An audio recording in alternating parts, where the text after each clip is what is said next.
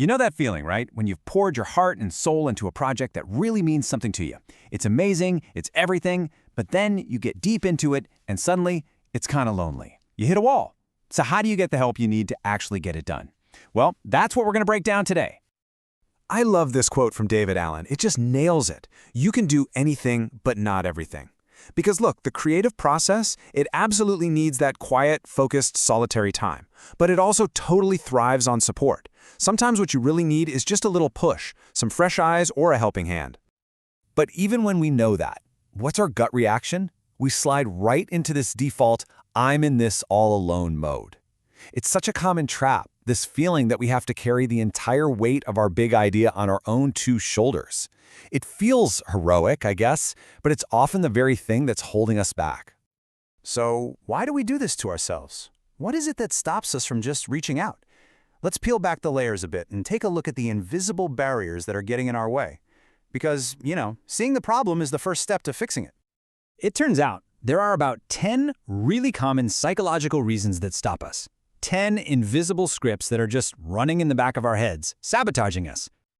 Okay, so the first batch are all about our external fears. This is the stuff we project onto other people. We cook up these stories like, oh, they're way too busy for me. Or, what if they say no? That would be awful. We worry they're going to judge us or criticize our work. Or sometimes it's as simple as, we just lost and have no clue who to even ask in the first place. And then there are the internal roadblocks. This is the stuff that's happening inside our own minds. That little voice that says asking for help is a sign of weakness. Or the feeling that maybe we don't really deserve it. Or that classic fear of owing someone. And sometimes the barrier is just plain confusion. We're not even sure what we need, so how can we ask for it? And that last one, that one's deep. Sometimes we secretly self-sabotage to avoid finishing, because finishing is scary. Okay, so we've laid out all the things standing in our way. We can see the 10 barriers pretty clearly now. So the big question is, what do we do about it?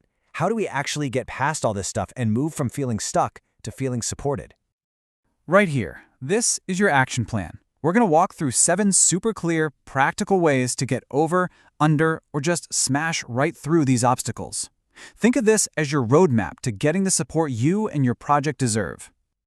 First things first, preparation. Before you even think about reaching out, you've got to get clear with yourself. Step 1, make a list of everything you don't know. Step 2, get super specific about the kind of help you need. Is it feedback? Is it a technical skill, an introduction? And step 3, brainstorm every single person you could possibly ask. Seriously, clarity is your new best friend.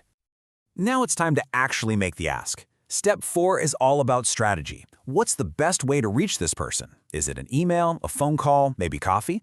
Step 5. This one is a real game changer. Think about what you can offer in return. Make it a two-way street. And step 6 is huge. If you think they're busy, don't just give up. Simplify your request. Make it so incredibly easy for them to say yes. And the last step in this whole process is all about your mindset. Just take a second, close your eyes if you want, and really imagine that you have all the support you could ever need. What does that feel like? That relief, that momentum, that confidence? Tapping into that feeling can be all the motivation you need to actually do the work. All right, so you know why you get stuck, and you've got a 7-step plan to get unstuck, but what do you actually say? The blank page can be intimidating. So let's look at some simple starter scripts you can use to just break the ice. This first one is brilliant. It works because it leads with passion. It's a meaningful project. Then it immediately minimizes the time commitment, only 20 minutes. And it gets right to the point with the specific help you need. It takes all the guesswork out for the other person, so easy for them to process. Oh, the psychology of this next one is just so good. You're not just asking for a favor, you're inviting them to join a team of savvy people. You see what that does? It frames them as an expert, it makes the request feel like an exclusive invitation, not a chore. This one is built on genuine respect. It shows you've really thought about them and you value their specific talent. When you start with a sincere compliment about a skill they have, it makes them feel seen. It's an incredibly effective way to ask for mentorship. And you know what? Sometimes just being direct is the best way to go. This script is crystal clear. It defines the commitment, once a week. And it frames it as sharing ideas and insights, which sounds fun and collaborative, perfect for setting up a regular check-in. So we've gone through the barriers, we have the action plan, and we even have the words to say. We've gone from theory to practice. Now there's only one thing left to do, and that's to make it real. It's time to bring this back to you and to your project. So it really all boils down to this one question. Who will you ask for help this week? Just think of one person, one small, specific ask. It doesn't have to be a huge thing. The goal is just to break that I'm all alone cycle and start building the support system that your amazing project truly deserves.